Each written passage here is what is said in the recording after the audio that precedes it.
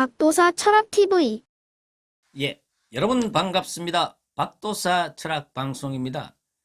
이 윤미향 씨의 사주팔자를 보면은 재물에 대한 집착이 굉장히 강한 그러한 팔자를 타고났습니다.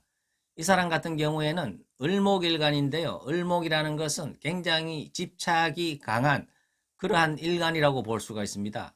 그런데 이 사람 같은 경우에는 월지와 연지에 재물을 깔고 앉아 있는데 굉장히 기운이 강한 자리에 재물을 깔고 있습니다. 그런데 그 재물이 진술충으로 깨어지기 때문에 이 윤미향 씨 같은 경우에는 재물에 대한 욕구는 강하지만은 그것으로 인해서 자기가 깨어지는 그러한 팔자를 타고났다고 볼 수가 있습니다.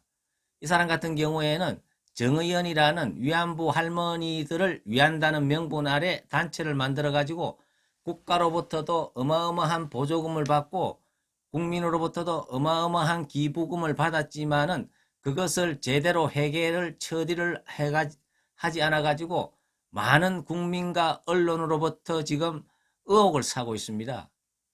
심지어는 어떻습니까? 올해만 하더라도 6억 원의 국고 보조를 받았습니다.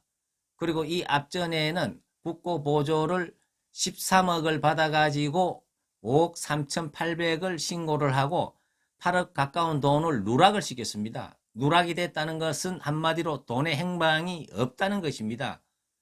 왜 이 사람이 이렇게 재물에 대한 욕심이 많은지 이것은 이 사람의 팔자에 그대로 나타났다고 볼 수가 있습니다. 이 사람 같은 경우에는 갑진년, 갑수를 을사일 이렇게 3주만 봤을 때 천간에 있는 갑목은 급제가 됩니다. 급제라는 것은 남의 재물을 겁탈한다는 그러한 의미가 있기 때문에 이 급제가 두 개가 있기 때문에 재물을 빼먹고 싶어 하는 그러한 욕구가 엄청나게 강하다고 볼 수가 있습니다. 그래서 그런지 이 사람 같은 경우에는 어떻습니까? 심지어는 이 기부금을 받을 때는 자기 통장으로 받은 적도 있습니다. 이것은 있을 수가 없는 일이거든요. 이 공익법인이라는 것은 나라 돈을 받아가지고 이렇게 운영을 하는 그런 재단인데 거기서 분명히 법인 통장이 있는데 개인 통장으로 받는다는 것은 재물에 대한 욕심이 정말로 어마어마하지 않으면 보통 사람은 그런 짓을 할 수가 없는 것입니다. 오죽했으면 이용수 할머니가 실질적인 위안부 피해자이신데요.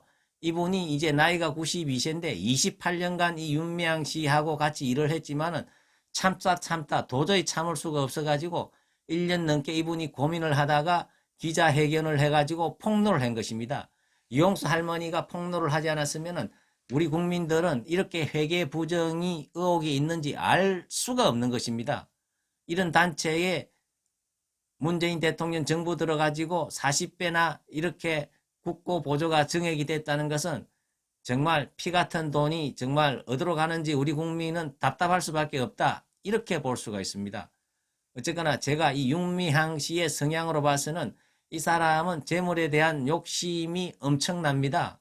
그렇기 때문에 이 사람은 이 비례대표에 당선이 됐는데요. 비례대표는 돈으로 치면은 그게 수십억 가치가 있습니다. 우리 대한민국은 국회의원 한 사람에 어마어마하게 돈을 지원합니다. 그 밑에 또 비서가 9명이나 있고 엄청나게 차량 유지비도 지원을 하고 정말로 어마어마한 천문학적인 돈을 국회의원 1인당 지급을 하기 때문에 이렇게 좋은 자리를 이 사람은 절대로 정말로 이 사람은 내려놓지 않기 때문에 이 사람을 임명을 했는 그 당에서는 정말 조치를 취하는 것이 국가와 민족을 위한 도리라고 저는 생각을 합니다.